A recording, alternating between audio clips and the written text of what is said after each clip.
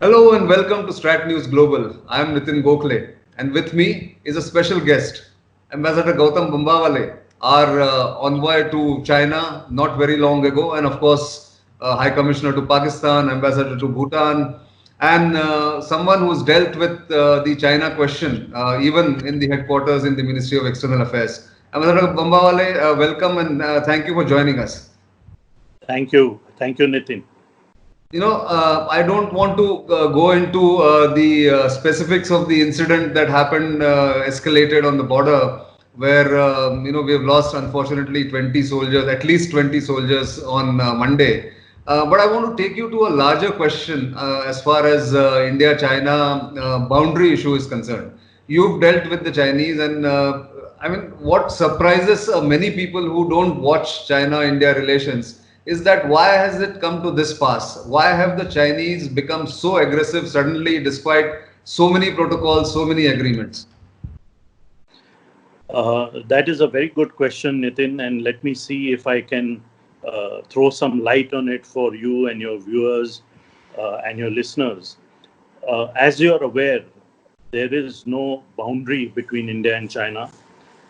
There is this concept of a line of actual control, but there is no agreement about where the line of actual control also lies. In fact, in many of the agreements which we have concluded with China, we have stated and both sides have agreed that they will work together to clarify and confirm the LAC. However, this process has not proceeded as planned, and therefore there is no agreement even on where the LAC lies.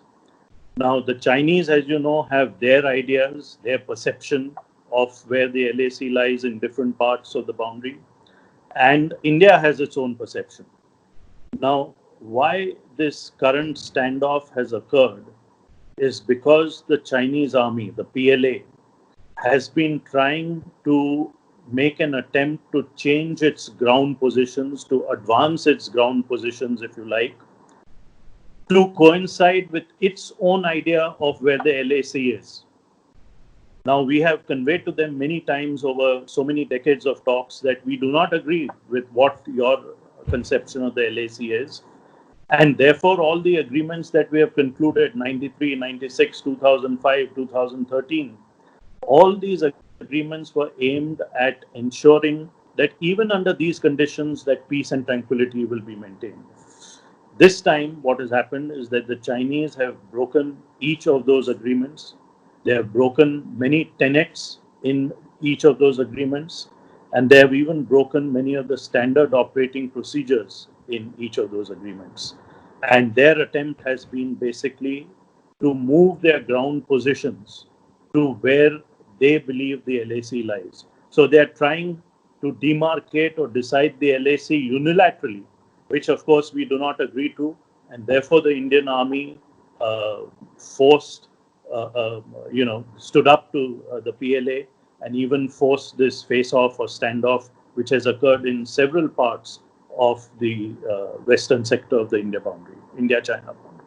Right. So, in this case, because these agreements have been there since 1993, at least, if not before, the Peace and Tranquility Agreement, and then, of course, the BDCA was the last one in 2013. In your experience, although the Chinese signed those agreements, but they have repeatedly, since 2013 at least, they have repeatedly tried to breach those agreements and come increasingly into what is the Indian perception of the LAC.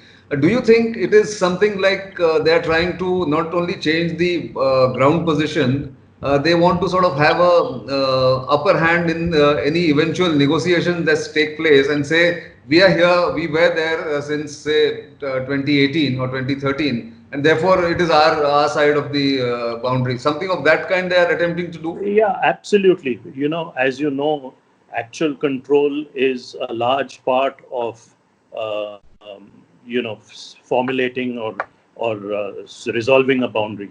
So here, what they're trying to do is they're trying to grab control. They're trying to grab actual control of ground positions, which they believe coincides with their idea of the LAC, which of course we don't agree to.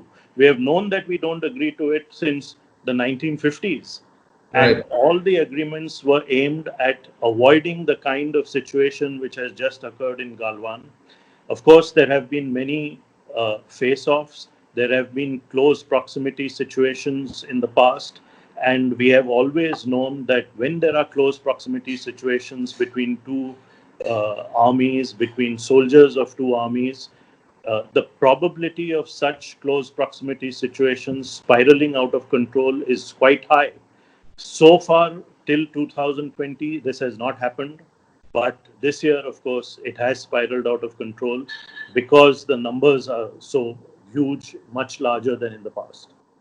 Others have spoken about the hidden messages in this move by the PLA coming into Galwan after 1962 for the first time, or maybe in between they had come once but not very frequently, or trying to send a larger message that you are getting closer to the United States, you are becoming active in Quad, all that. All those reasons, are they the main reasons or they are just peripheral reasons, you think? They are all peripheral. Number 1 to 10, reason number 1 to reason number 10 is they want to actually sit on the ground which they think is theirs and which we believe is not theirs, is ours. And that is what the dispute is all about. And that is why we need to talk and resolve the LAC or the boundary. Then from reason number 11 onwards, all these other things come in, Nitin. They're absolutely peripheral, as you have rightly said, and I completely agree with the way you have described it. Those are all peripheral issues. The most important issue, and reason number 1, reason number 2, reason number 10, is they want to control the ground positions to make it completely in alignment with their conception of where the LAC lies. You were part of the very vital part of the Wuhan first informal summit in Wuhan, and in that, I mean, people have been asking questions now, if not very loudly, but in whispers, that what did Wuhan and Mamlapuram informal summits achieve? What were they intended for? If this kind of Sure. breakdown had to happen, give us some idea of what happened there. Sure, sure. Now, let me explain to you what was the effort in Wuhan as well as in Mamlapuram. See, the current template in which India China relations are conducted was a template which was decided and agreed to by both sides in 1988 during the visit to China of the former Prime Minister of India. That template has obviously run out of its due date because India has changed, China has changed, the world has changed, and therefore the effort has been to find a new template, a new paradigm in which to conduct India China relations. Now, to find that paradigm, to search for that new template was the effort which has been made both at Wuhan as well as Mamlapuram. Unfortunately, this new template or paradigm has not been achieved. It is still a work in progress. And therefore, you can see that what has happened on the border this year in 2020 shows that what I am saying, that the old paradigm, the old template in which the relationship was conducted has run its course, and it is time for a new template to be done. I would also say that the what has happened this year on the border is something very serious. I think that there will be a major reappraisal in India, at least. I don't know what the Chinese will do. There will be a major reappraisal in India about how to conduct our relations with China. And along with that reappraisal, there will be a recalibration of India China relations from our side. I believe also, Nitin, that in this process of reappraising how India should conduct its relations with China, it needs to be broad based. I do hope that opposition political parties are also included in this process. It should be a national consensus. Experts like you and many others should also be part of this process, but it needs to be fairly quick. And I do hope that as a result of such a reappraisal of India's policy, there will be a recalibration of our policy towards China. Well said, Ambassador Bambawale. In fact, that reappraisal, of course, has to be done with cool heads and I think deep thinking, because right now the tempers, as you are aware, are running high. There is call for revenge. There is call for retaliation, like against Pakistan. And I want to bring in that question because you've been also High Commissioner to Pakistan. And when it comes to Pakistan, India has done two kinetic actions in 2016 and 2019.